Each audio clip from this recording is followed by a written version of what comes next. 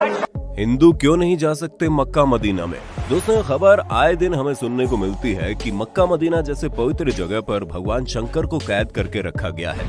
अब इस खबर को सुनकर लोगों के मन में सवाल उठता है, क्या वाकई में ऐसा है? और अगर ऐसा नहीं है तो फिर क्यों यहाँ पर मुसलमानों की लंबी चौड़ी भीड़ देखने को मिलती है? लेकिन क्या किसी हिंदू को मक्का मदीना के अंदर झांकने तक की इजाजत नहीं है? क्यों कोई हिंदू मक्का मदीना में प्रवेश नहीं कर सकता? दोस्तों, ये कुछ सवाल हैं जिन्होंने कभी न कभी आपके दिमाग के साथ भी खेला होगा, पर चिंता मत करो, आज हम आपको इन सभी सवालों के जवाब तो देंगे ही, उसके साथ साथ ये भी बताएंगे मक्का मदीना और भगवान शंकर के बीच का आखिर कनेक्शन क्या है और क्यों ये बात बार बार आती है। दोस्तों, सच सच बताना, अगर आप सोशल मीडिया चलाते हैं तो आपने भी इस खबर के बारे में सुना होगा कि मुसलमान जिस काबा को अपनी सबसे पवित्र जगह मानते हैं उसके अंदर शिवलिंग मौजूद है। और तो और मुसलमान जिस जगह पर शैतान को पत्थर मारते हैं वो जगह कुछ और नहीं बल्कि भगवान शिव है, जिन्हें सऊदी के लोगों ने कैद करके रखा है, वो भी कई सालों से। और उन्हें लगता है कि अगर कोई भी हिंदू वहां जाकर उन पर पानी डालेगा तो वो आजाद हो जाएंगे, और इसीलिए किसी भी हिंदू को मक्का मदीना के अंदर नहीं जाने दिया जाता।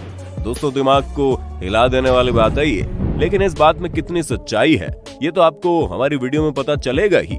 उससे पहले हमारा ये जानना जरूरी है कि इस मक्का मदीना में भगवान शिव को कैद करके रखने की बात की जाती है तो आखिर वो क्यों है और क्यों हर मुस्लिम उसे जन्नत की तरफ पूजता है। दोस्तों, मक्का मदीना सऊदी में मौजूद है और एक पूरी तरह से इस्लामिक देश है, जहां पहली बात तो किसी हिंदू को जल्दी से एंट्री नहीं मिलती, और अगर कोई हिंदू वहां चला भी जाए तो उसे सऊदी अरेबिया में दफनाने तक की जगह नहीं दी जाती। यहाँ पर पेट्रोलियम बहुत ही ज्यादा मात्रा में पाया जाता है, इसलिए ये दुनिया भर के विकसित देशों में से एक है। सऊदी अरब की राजधानी रियाद है और यहाँ की करेंसी रियाल है, लेकिन यहाँ की राजधानी से भी ज्यादा प्रसिद्ध यहाँ के दो शहर हैं, एक है मक्का और दूसरा है मदीना। ये दोनों ही शहर केवल सऊदी अरब में रहने वाले मुस्लिमों के लिए ही नहीं बल्कि दुनिया भर में रहने वाले मुसलमानों के लिए बहुत ज्यादा अहम है। इसकी सबसे बड़ी वजह है यहाँ पर हर साल लाखों की संख्या में मुस्लिम आते हैं। ये मुसलमानों के लिए तीर्थ स्थल की तरह है। जिस तरह हिंदुओं में ये मान्यताएं हैं कि 4 धाम की यात्रा कर लो तो इंसान के सारे पाप, सारे दुख, दर्द मिट जाते हैं, ठीक उसी तरह इस्लाम धर्म में ऐसा माना जाता है कि मक्का मदीना जैसी पाक जगह के दर्शन करने के बाद इंसान खुदा के नेक बंदों में शामिल हो जाता है। यही वजह है कि हर मुसलमान ये चाहता है कि वो जिंदगी में कुछ करे या ना करे, लेकिन मरने से पहले एक बार हज की यात्रा जरूर करे। अब ये जगह कितनी खास है इसका अंदाजा इस बात से लगाया जा सकता है कि मुसलमान चाहे दुनिया के किसी भी कोने में क्यों ना नमाज पढ़े, हमेशा काबा की ओर मुंह करके ही पढ़ते हैं। जैसे ही भारत में रहने वाले मुस्लिम पश्चिम की ओर मुंह करके नमाज पढ़ते हैं, क्योंकि हमारे देश में मक्का पश्चिम दिशा में है। और यही वजह है कि मुस्लिम ये भी मानते हैं कि पश्चिम की ओर मुंह करके झूठ बोलना गुनाह है। दोस्तों, जब लोग हज की यात्रा करके आते हैं तो वो काबा के चारों ओर चक्कर लगाते हैं, इसे तवाफ कहते हैं, और ये हज का सबसे खास हिस्सा होता है। साथ ही वो मदीना की जियारत करने जाते हैं। मदीना वो जगह है जहाँ पर पैगंबर मोहम्मद की कब्र बनी हुई है। दोस्तों, मक्का मदीना के बारे में आप लोगों ने काफी कुछ जान लिया, लेकिन सोशल मीडिया पर वायरल हो रही इन खबरों का सच जानना भी आपके लिए बड़ा जरूरी है, वरना कई सालों से लोग इस चीज पर विश्वास कर रहे हैं। पर दोस्तों, घबराने की बिल्कुल भी आवश्यकता नहीं है, क्योंकि इंटरनेट पर वायरल हो रही ये खबर पूरी तरह से गलत है। वैसे भी अगर आप सच्चे हिंदू हैं और ये बात मानते हैं कि शिव जी की तीसरी आंख जब खुलती है तो प्रलय आ जाता है, तो भला आप इस बात पर किस तरह यकीन कर सकते हैं कि कोई शिव जी को कैद करके भी रखेगा?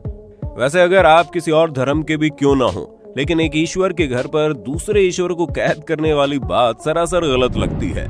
मुसलमान धर्म के लोग भले ही इस तरह की चीजों को करने की सोचें, लेकिन खुद अल्लाह उन्हें इस चीज करने की मंजूरी नहीं देता, क्योंकि ईश्वर को हम इंसानों ने बांटा है, भगवान के लिए तो सब बराबर है। ऊपर से ये कहा जाता है कि मक्का मदीना में साधारण मनुष्यों ने शिव जी को कैद किया है। मतलब ये तो वही बात होगी, लोगों ने ये कह दिया कि धरती गोल नहीं बल्कि चौकोर है। तो क्या आप मान जाएंगे और ये सोचने लगेंगे कि अगर उसने कहा है तो ऐसा जरूर होगा? आप खुद ही दिमाग लगाइए, पूरी दुनिया का विनाश करने वाले भगवान शंकर को कोई कैसे किसी चीज में कैद करके रख सकता है? वो अगर चाहे तो चुटकियों में ब्रह्मांड को हिला दे। ऐसे में भला भगवान शिव को कैद करके रखे जाने वाली बात किसी छोटे बच्चे की बचकानी हरकत से कम नहीं है। अब कई लोग इस बात को तो नहीं मानते कि वहां पर शिव जी को कैद करके रखा गया, लेकिन ये जरूर मानते हैं कि मक्का मदीना में शिवलिंग है, तो हम इस पर भी पुष्टि कर दें ऐसा कुछ भी नहीं है। असल में मुसलमान जब हज यात्रा के लिए जाते हैं तो मक्का के पास स्थित एक इमारत में शैतान को पत्थर मारने की रस्म के साथ ही हज की यात्रा पूरी मानी जाती है। हालांकि शैतान को पत्थर मारने की रस्म पूरे 3 दिन की होती है, लेकिन ईद उल आधा यानी कि बकरीद के पर्व पर इस रस्म की शुरुआत होने के कारण सभी हज यात्री इस मौके पर शैतान को पत्थर मारने की रस्म पूरी करने की हसरत रखते हैं। हज की यात्रा पर आए लोग तीसरे दिन यहाँ मौजूद इन 3 बड़े खम्भों को शैतान समझकर इनके ऊपर पत्थर मारते हैं और इस रस्म को करने के साथ ही हज की यात्रा पूरी हो जाती है। अब कई सारे हिंदुओं का ये कहना है कि यही खंभे शिवलिंग है, इनके बीच शिवलिंग स्थापित की गई है। तो दोस्तों ऐसा बिल्कुल भी नहीं है, बल्कि इसका सच कुछ और ही है। जब अल्लाह ने हजरत इब्राहिम से कुर्बानी में उनकी पसंदीदा चीज मांगी, तो अब हजरत मोहम्मद के लिए इनकी इकलौती औलाद से ज्यादा पसंदीदा और क्या चीज हो सकती थी, क्योंकि इनकी औलाद काफी बुढ़ापे में पैदा हुई थी और हजरत इब्राहिम उससे प्यार भी बहुत करते थे, लेकिन वो खुदा के हुक्म को नहीं टाल सकते थे। इसलिए हजरत इब्राहिम ने खुदा के लिए अपने बेटे की कुर्बानी देने का फैसला किया। पर जब हजरत इब्राहिम अपने बेटे को लेकर कुर्बानी देने जा रहे थे, तभी रास्ते में एक शैतान मिला जिसने हजरत इब्राहिम से कहा था कि वो इस उम्र में अपने बेटे की कुर्बानी क्यों दे रहे हैं। अब तो इनका बेटा होना भी बड़ा मुश्किल है, ऊपर से बेटा इतने सालों बाद बुढ़ापे में पैदा हुआ है जो बुढ़ापे का सहारा बनेगा। अल्लाह के कहने पर हजरत इब्राहिम कैसे अपने जिगर के टुकड़े को कुर्बान कर सकते हैं। अब शैतान की ये सारी बातें सुनकर हजरत इब्राहिम सोच में पड़ गए और फिर इनका कुर्बानी देने का इरादा भी डगमगाने लगा। लेकिन फिर उन्हें ख्याल आया कि नहीं, ये चीज गलत है, अल्लाह की फरमाइश सबसे पहले है। और तब हजरत इब्राहिम कुर्बानी देने चले गए। हजरत इब्राहिम को लगा कुर्बानी देते समय कहीं वो भावनाओं में ना बह जाए। यही वजह है कि कुर्बानी देते वक्त उन्होंने अपनी आंखों में पट्टी बांध ली। लेकिन भला खुदा कैसे किसी के साथ बुरा कर सकता था? वो तो बस हजरत इब्राहिम की परीक्षा ले रहा था, जिसमें हजरत इब्राहिम पूरी तरह से पास हो गए। इसलिए खुदा ने हजरत इब्राहिम के बेटे की जगह कुर्बानी देने के लिए एक बकरी को खड़ा कर दिया और तभी से बकरी ईद के दिन बकरी की कुर्बानी देने की परंपरा चली आ रही है। यही वजह है कि हज यात्री जब जानवर की कुर्बानी दे देते हैं तो ये उस शैतान को पत्थर मारने पहुंच जाते हैं जिसने हजरत इब्राहिम को भड़काने की कोशिश की थी।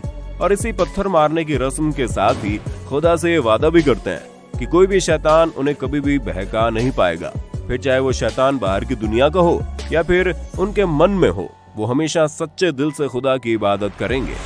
ऐसे में दोस्तों ये शिवलिंग नहीं बल्कि ये जो 3 खंभे हैं वो शैतान का प्रतीक हैं, जिस पर पत्थरों की बरसात करके लोग अपने अंदर के शैतान को मारने की कोशिश करते हैं।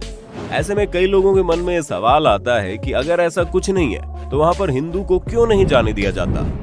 दोस्तों यहाँ पर सबसे पहली बात तो ये है कि सिर्फ हिंदुओं को ही नहीं बल्कि किसी भी गैर मुस्लिम धर्म, फिर चाहे वो हिंदू हो, सिख हो, ईसाई हो या फिर बुद्ध धर्म ही क्यों ना हो, अगर वो मुसलमान नहीं है तो उसे काबा के अंदर नहीं जाने दिया जाएगा।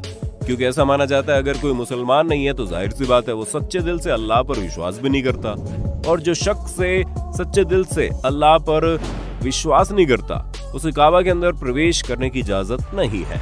यहाँ सिर्फ उन्हीं लोगों को आने दिया जाता है जो बिल्कुल पवित्र मन से अल्लाह को अपना मानते हैं।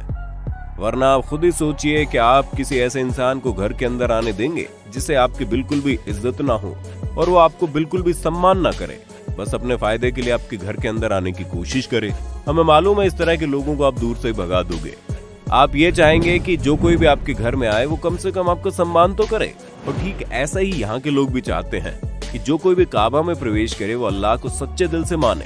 उसके लिए सबसे पहले अल्लाह होना चाहिए, बाकी सारी चीजें बाद में।